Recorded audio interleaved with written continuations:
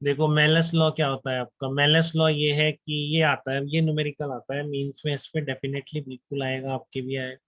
ठीक है, कि आपकी यहाँ पर अनपोलराइज लाइट से पहले ये समझो आप, तब आपको ये समझ में आएगा कि आप मान लो आपने एक पोलरॉइड लगा दिया, P1 करके एक पोलरॉइड है। ठीक है, तो आपका जो इलेक्ट्रिक फील्ड था उसका क्या हो गया, पोलराइजेशन हो गया।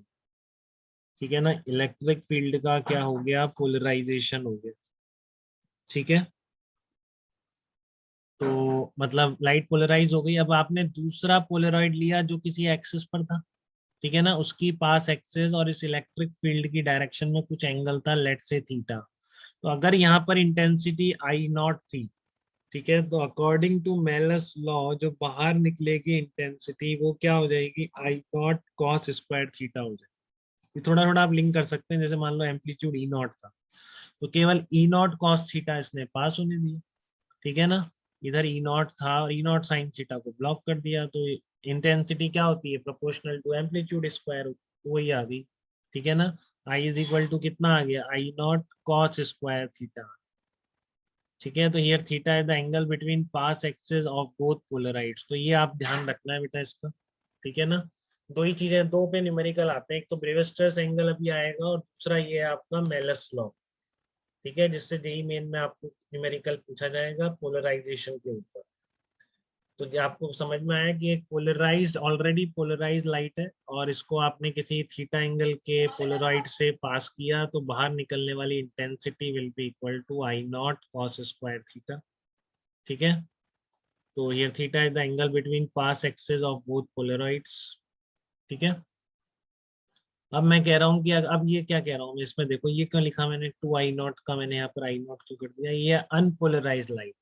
ठीक है, तो इसमें थीटा 0 से लेकर 2 पाई तक कुछ भी हो सकता है। ठीक है ना, अनपोलराइज लाइट है तो पास एक्सेस और ई वेक्टर के बीच का एंगल कुछ भी हो सकता है, विद टाइम वेरी कर रहा है।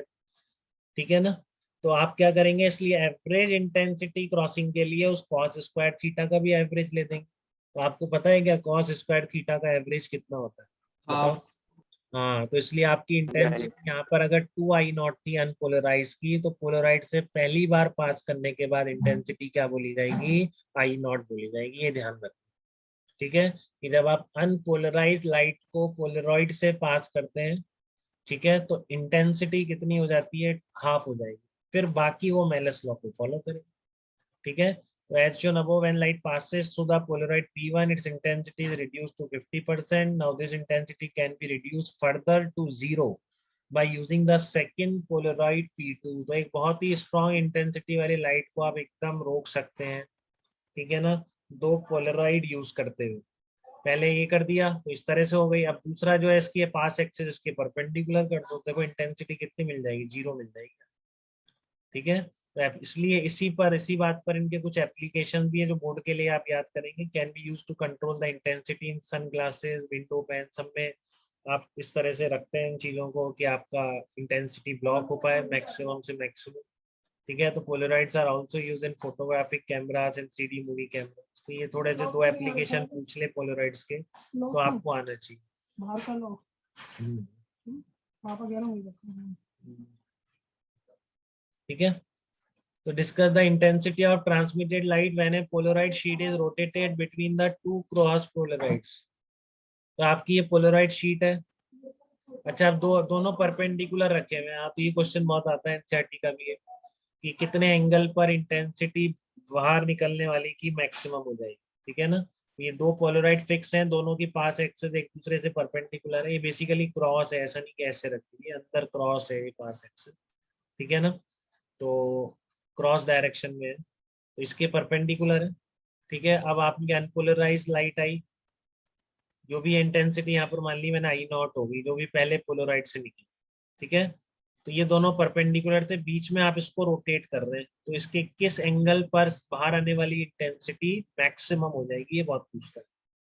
ठीक है ना, discuss the intensity of transmitted line when polaroid sheet is rotated between two cross polaroids. तो क्रॉस पोलराइड्स का मतलब है दोनों की पास एक्सिस एक दूसरे से 90 डिग्री पर। यहाँ पर आई नॉट है तो यहाँ कितना आएगा, आई नॉट कॉस स्क्वायर थीटा आएगी इंटेंसिटी। ठीक है, ये आई नॉट कॉस स्क्वायर थीटा आएगी, और P2 से अगर पास होगी ठीक है, यहाँ से अगर पास होगी, P3 से पास हो रही है तो I naught cos square theta होगी। ठीक है ना। अब मैं कह रहा हूँ क्योंकि ये 90 डिग्री पड़ते हैं, इससे अगर थीटा बना रहा है, ठीक है ना, इससे ये पोलराइड इस डायरेक्शन से थीटा बना रहा है, तो इसकी पास एक्सिस से कितना बनाएगा, 90 माइनस थीटा बना।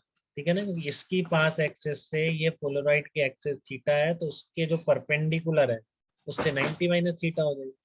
तो यहाँ तक आई नॉट थी, यहाँ पर I naught cos square theta, और यहाँ पर कितनी हो जाएगी, I naught cos square theta cos square pi by 2 minus theta.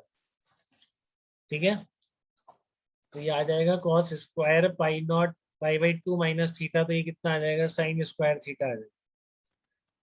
Clear है इतनी बात। इसको अपॉन 2 और 2 से मल्टीप्लाई कर देंगे तो I naught by 4 sine square theta आ गया 2 थीटा। अब बताओ ये इंटेंसिटी बाहर आने वाली इतनी है, ठीक है ना, तो किस थीटा पर मैक्सिमम होगी, ये पाई बाई 4 पर मैक्सिमम।